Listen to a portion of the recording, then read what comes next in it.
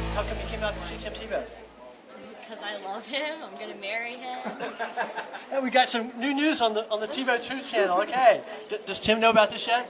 Not yet, but if I can get in and see him, he will. I just know how much she loves him, so I came here to support her, and then I saw how much she wanted the book, so I made sure we got her the book, we got her here, and after her ACTs, after her little disappointment a couple years ago with him, now she's here, and hopefully she'll see him. Well, good. Well, good luck. You get several thousand other Tebow fans here, so good luck to you guys. There are a lot of doubters in the National Football League, and I just wonder, like Dave Cowan said, it's all noise, it's all hype. Nobody should be listening to that. I do think people in the NFL listen to Kiper. I think they listen. They'd be an idiot to do so, but if you watch the personnel decisions that are made in the National Football League, almost every team passed on Tebow. And from my perspective, Tebow should have been the #1 pick. If I'd have been an NFL coach or an NFL general manager, Tim Tebow would be my #1 pick. And I think he was the best player in the draft. So, you know, 2 or 3, Denver finally took a shot at him late in the first round.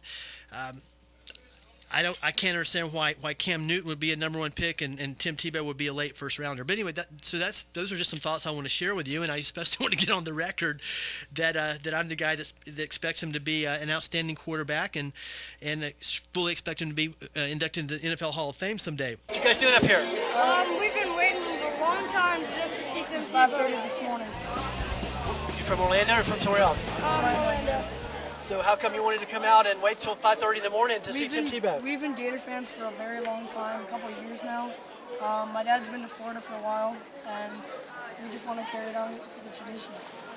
That's great. Obvious appearance are bringing these two upright, absolutely. And you have any specific memories about Tim Tebow or anything special about Tim Tebow that you like? His last game at the Swamp, my brother got his sweats on when he threw it. So.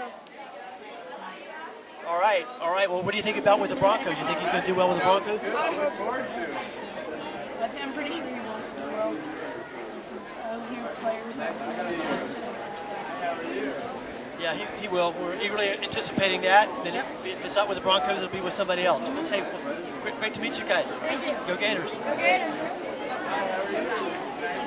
3 things that Tim Tebow does that nobody talks about, and these are things that are crucial, absolutely crucial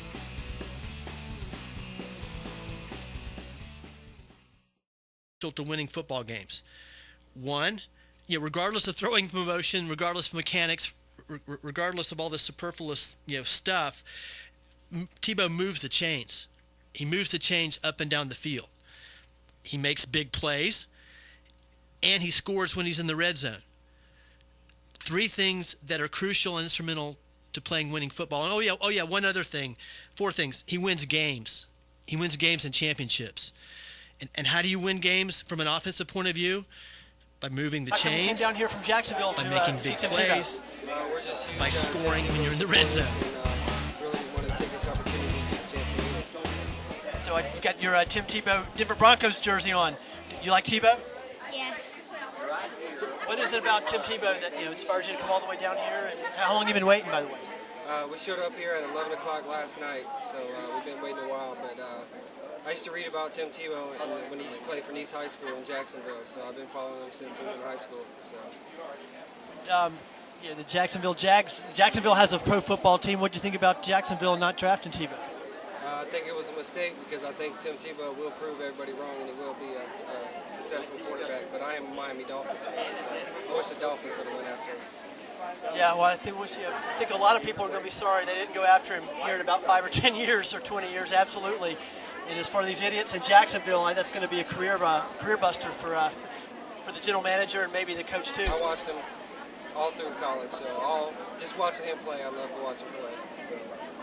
It's great. Yeah, he does things nobody else did on the football field. But one of the reasons we started the Tebow Truth listeners and viewers know that the reason we started the Tebow Truth channel was to tell the truth about Tim Tebow, because there's so much misinformation and so many, the way to put it, but attacks from the Mel Kipers of the world and these other media dweebs and so forth.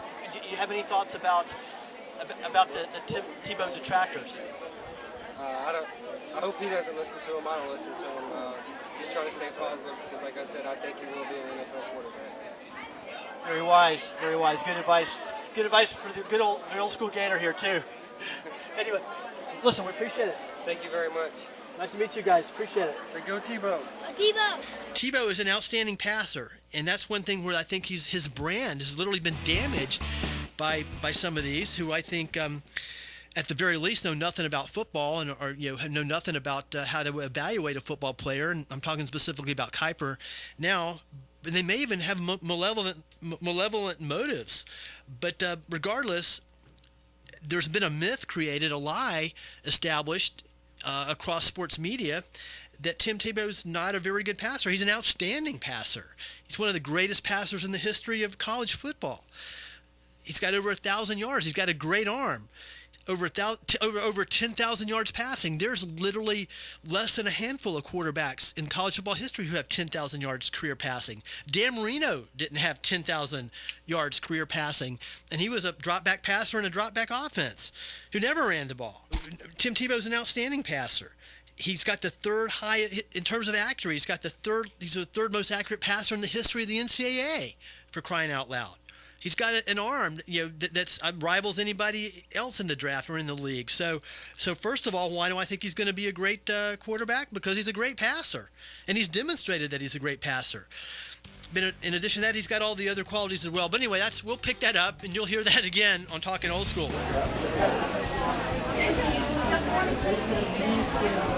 Thank you.